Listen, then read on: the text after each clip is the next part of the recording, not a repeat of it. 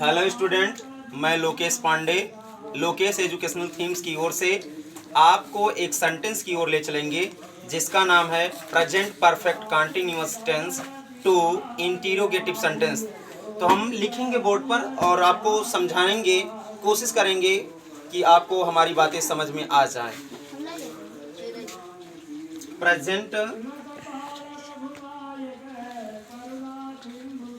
Perfect continuous tense to interrogative sentence.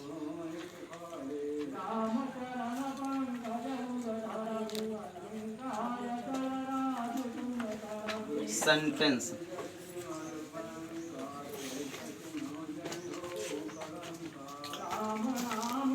तो हमारे मित्रों ध्यान देंगे, मैं आपको सबसे पहले इंट्रोडक्शन के बारे में बताऊंगा कि present perfect continuous tense to interrogative sentence की पहचान क्या होती है। पहचान को इंग्लिश में इंट्रोडक्शन कहते हैं। यहाँ पर हम लिखेंगे इंट्रोडक्शन और इसको हिंदी में परिचय या पहचान कहते हैं।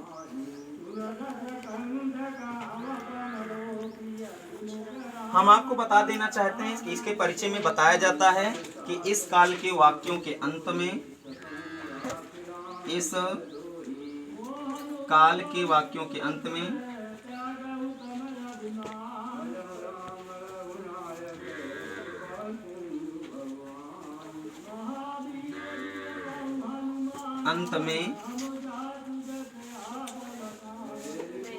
रहा है,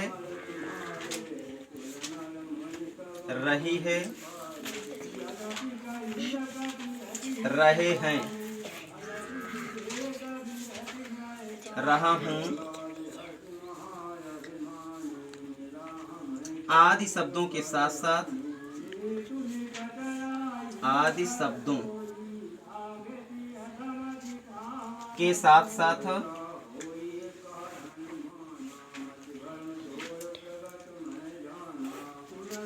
प्रश्नवाचक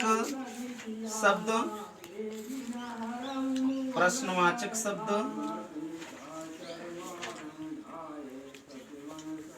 तथा समय भी दिया होता है। समय भी दिया होता है।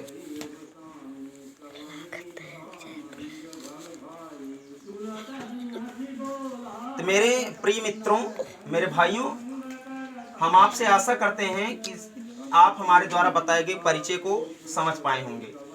इसमें लिखा गया है कि इस काल के वाक्यों के अंत में, अर्थात किसी भी हिंदी वाक्य के अंत में रहा है, रही है, रहे हैं, रहा हूं आदि शब्दों के साथ साथ वाक्य में चाहे आगे प्रारंभ में या कहीं मध्य में प्रश्नवाचक शब्द होगा तथा समय भी दिया होगा। Present perfect continuous tense to interrogative sentence की सबसे बड़ी पहचान है कि वाक्यों के अंत में क्वेश्चन मार्क लगा होता है और कहीं ना कहीं समय दिया होता है और प्रश्नवाचक शब्द भी दिया होता है। प्रश्नवाचक शब्दों से हमको पता चलता है कि यह इंटीरोगेटिव सेंटेंस है। समय से पता चलता है कि यह जो है परफेक्ट कंटीन्यूअस टेंस है और रहा रही से पता चलता है कि कंटीन्यूअस टेंस है। हम एक रूल की बात करेंगे, रूल नंबर फर्स्ट की बात करेंगे कि इसमें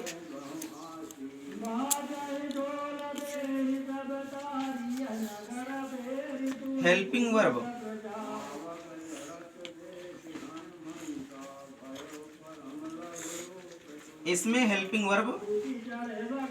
हैव बीन का प्रयोग, इसमें helping verb have plus subject plus been, have plus subject plus been के रूप में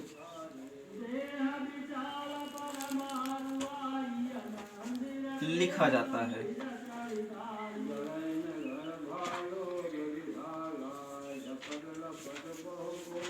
अर्थात सबसे पहले हेल्पिंग वर्ब हैव लिखते हैं उसके बाद सब्जेक्ट लिखते हैं, तब बीन का प्रयोग करते हैं। एक साथ नहीं लिखना है बीन। सबसे पहले हेल्पिंग वर्ब लिखेंगे, उसके बाद सब्जेक्ट लिखेंगे, तब बीन का प्रयोग करेंगे, ठीक है ना। तो present perfect continuous tense to interrogative sentence में हेल्पिंग वर्ब का प्रयोग have plus subject plus been के रूप में करेंगे, ठीक है ना। उसके बाद ध्यान देंगे रूल नंबर सेकंड की, यदि हिंदी वाक्य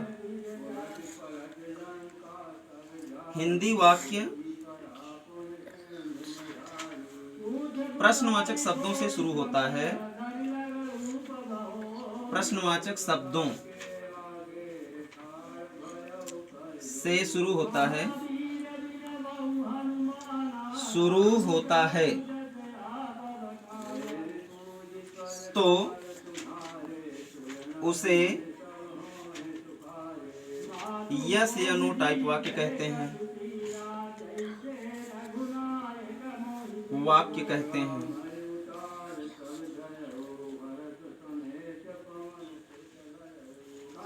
दूसरी बात मीन्स दैट अगले रूल की बात करेंगे, रूल नंबर 3 की। तो यस या नो टाइप, यस और नो टाइप वाक्यों का अंग्रेजी अनुवाद का ट्रांसलेशन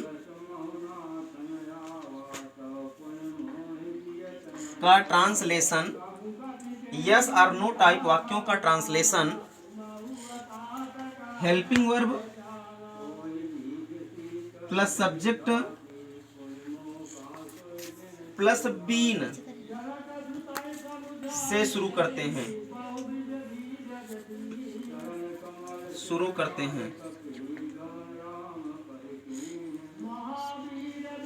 रूल नंबर 4,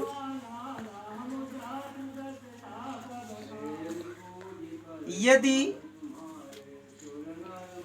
प्रश्नवाचक शब्द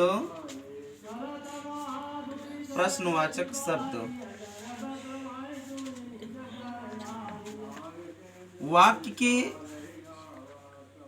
के बीच में लगा हो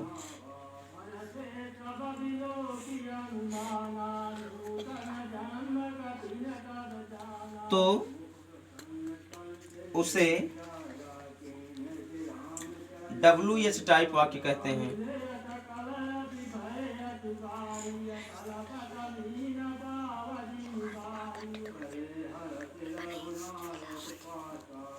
रूल नंबर 5 की बात करेंगे, WH टाइप वाक्यों का अंग्रेजी अनुवाद,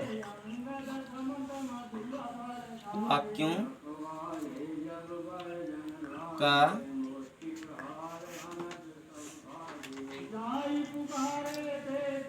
अंग्रेजी अनुवाद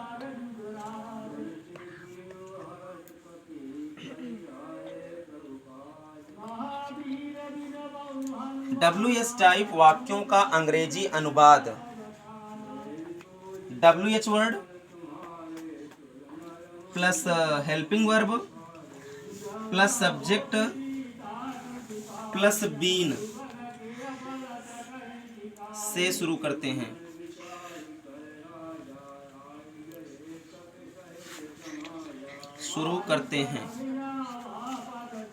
रूल नंबर 6 की बात करेंगे, इसमें यम्भी की मीन्स दैट मेन वर्ब की फर्स्ट फॉर्म के साथ ING जोड़ देते हैं। अगले रूल की बात करेंगे, रूल नंबर 7 की। टाइम के साथ सिंस अथवा फॉर, सिंस और फॉर का प्रयोग करते हैं।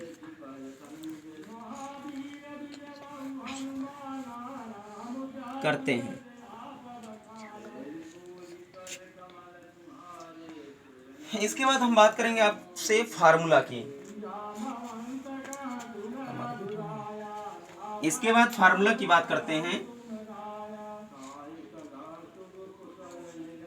तो इसमें दो तरीके के फार्मूले बनते हैं, पहला SNO टाइप का और दूसरा WS टाइप का। तो SNO टाइप का फार्मूला क्या होता है हमारे मित्रों, आप ध्यान से देखेंगे। सबसे पहले हेल्पिंग वर्ब लिखेंगे, means that have been, helping verb bracket में से लिखेंगे हैव, उसके बाद लिखेंगे सब्जेक्ट प्लस बीन, उसके बाद लिखेंगे मेन वर्ब की first form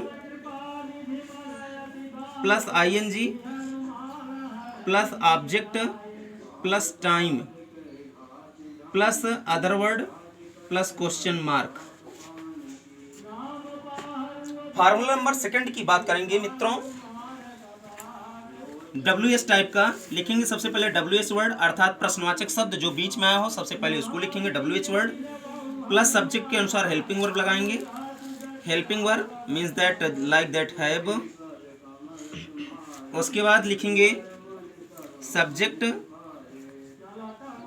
plus been plus MB की first form plus ING plus object plus time plus other word plus question mark. एक एग्जाम्पल हम लोग लिखेंगे समझने के लिए। Example number first, example first, क्या मैं अंग्रेजी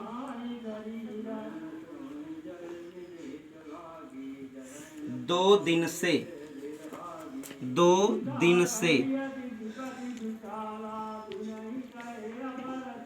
पढ़ा रहा हूं, क्वेश्चन मार्क। मेरे सभी विद्यार्थी ध्यान देंगे कि इस हिंदी वाक्य में देखेंगे सबसे पहले क्या लिखा, अर्थात प्रश्नवाचक शब्द। मैंने आपको रूल नंबर फर्स्ट में बताया है कि इसमें हेल्पिंग वर्ब है प्लस सब्जेक्ट प्लस बीन के रूप में लगता है। और किसके लिए लगता है तो रूल नंबर सेकंड बताया। देखिए कह रहे हैं यदि हिंदी वाक्य प्रश्नवाचक शब्दों से शुरू होता है तो उसे SNO टाइप वाक्य कहते हैं। और SNO टाइप वाक्यों का ट्रांसलेशन मीन्स दैट अनुवाद helping verb plus subject plus been से शुरू करते हैं। तो यहाँ पर देखिए ये हमारा जो हिंदी वाक्य है प्रश्नवाचक शब्द से शुरू हुआ है, अर्थात जब हिंदी वाक्यों की शुरुआत में प्रश्नवाचक शब्द लगा हो तो उसका अंग्रेजी अनुवाद हेल्पिंग वर्ब से शुरू करते हैं सब्जेक्ट के अनुसार। जैसे सब्जेक्ट के साथ क्या लगता है हेल्पिंग वर्ब, और आई के साथ क्या लगता है हैव, क्या लगता है। तो सबसे पहले हम लिखेंगे हेल्पिंग वर्ब हैव, हैव। अब सब्जेक्ट में आई है, लिखेंगे हैव आई। उसके बाद लिखेंगे बीन, हैव आई बीन। उसके बाद मेन वर्ब की सेकंड फॉर्म जैसे यहाँ पर लिखा है पढ़ाना, तो यहाँ पर लिखेंगे टीच और उसमें ING जोड़ देंगे teaching, have I teaching, have I been teaching. अब हमारा जो ऑब्जेक्ट है पढ़ाने का काम जो हो रहा है वो इंग्लिश पर हो रहा है, अंग्रेजी पर, तो लिखेंगे टीचिंग द इंग्लिश।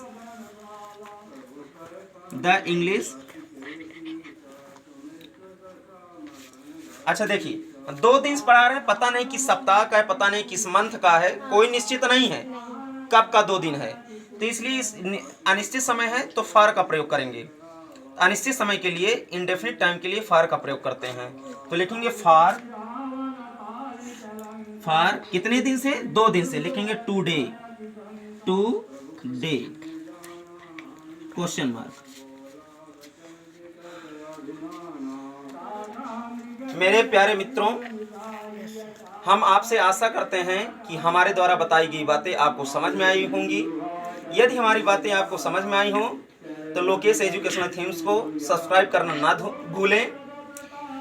साथ में लाइक्स के बटन अर्थात अंगूठे को दबाना ना भूलें, और डिस्क्रिप्शन और कमेंट बॉक्स में क्वेश्चन भी आप दे सकते हैं। और हम आपसे उम्मीद करेंगे हमारी बातें आपको समझ में आई होंगी, इसलिए आप बेल आइकन ना दबाना भूलें। धन्यवाद। जय हिंद, जय भारत।